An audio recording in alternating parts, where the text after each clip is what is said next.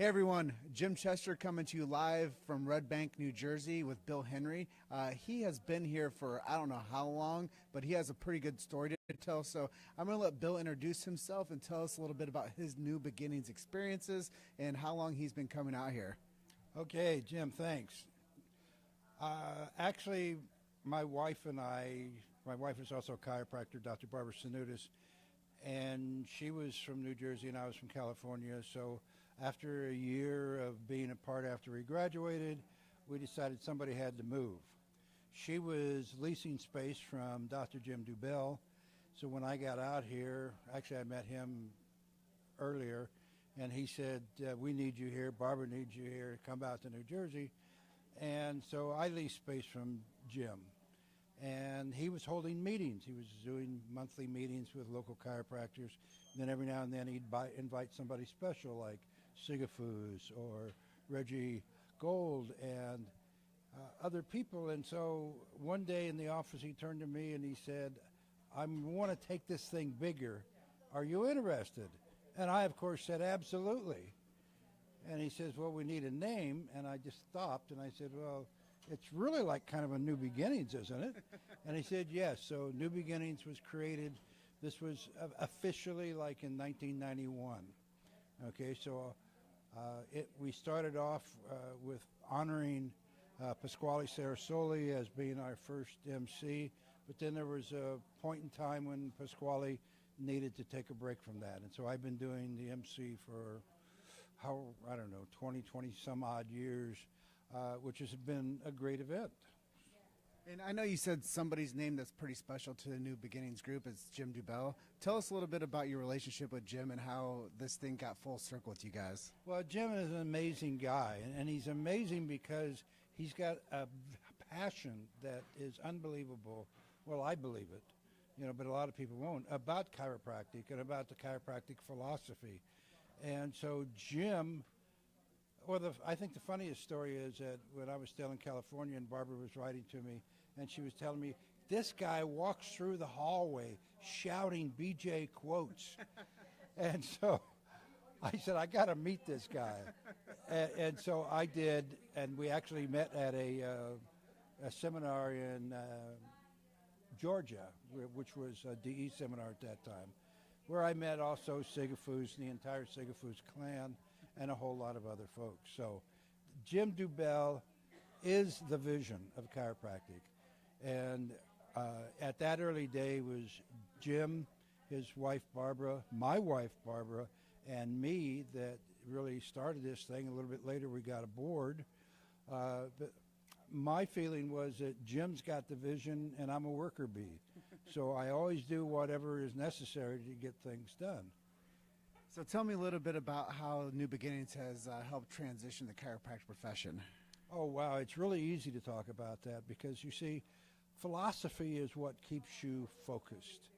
You can go out and you can become a pain doctor and you can trace pain. I was fortunately blessed with knowing people that always said, don't chase pain because pain will always undo your practice.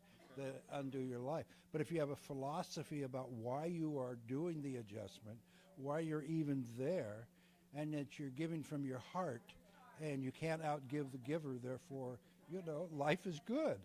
And chiropractic philosophy is necessary because most of the schools don't have anything to do with philosophy anymore. As a matter of fact, my sixth term, I went to school at LACC in California, and some people are surprised that I went to LACC because it wasn't very philosophical. And in my sixth term, they said to me, I understand you're the new president of the Philosophy Club.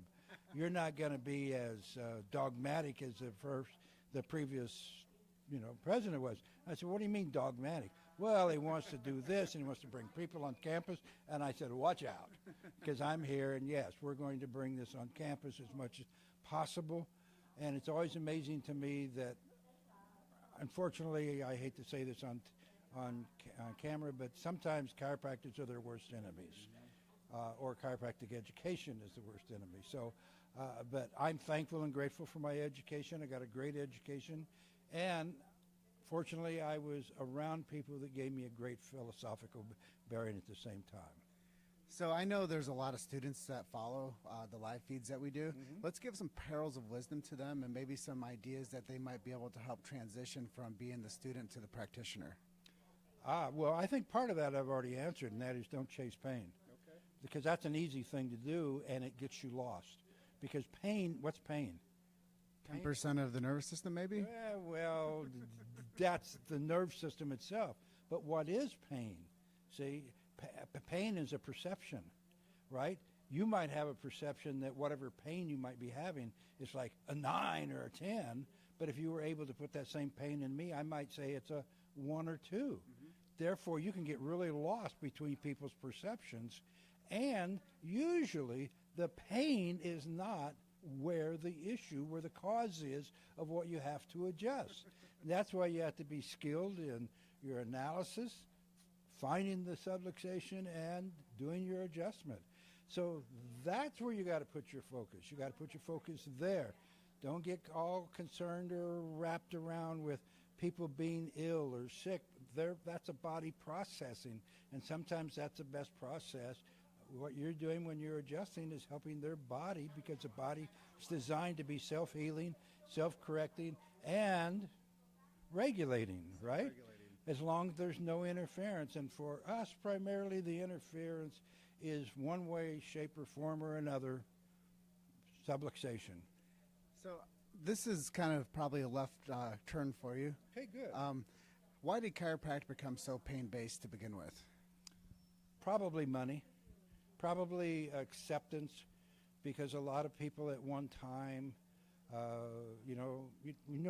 think you probably know that we've had a lot of people arrested in the early days of chiropractic for supposedly practicing medicine, which we never practiced, but supposedly practicing medicine without a license.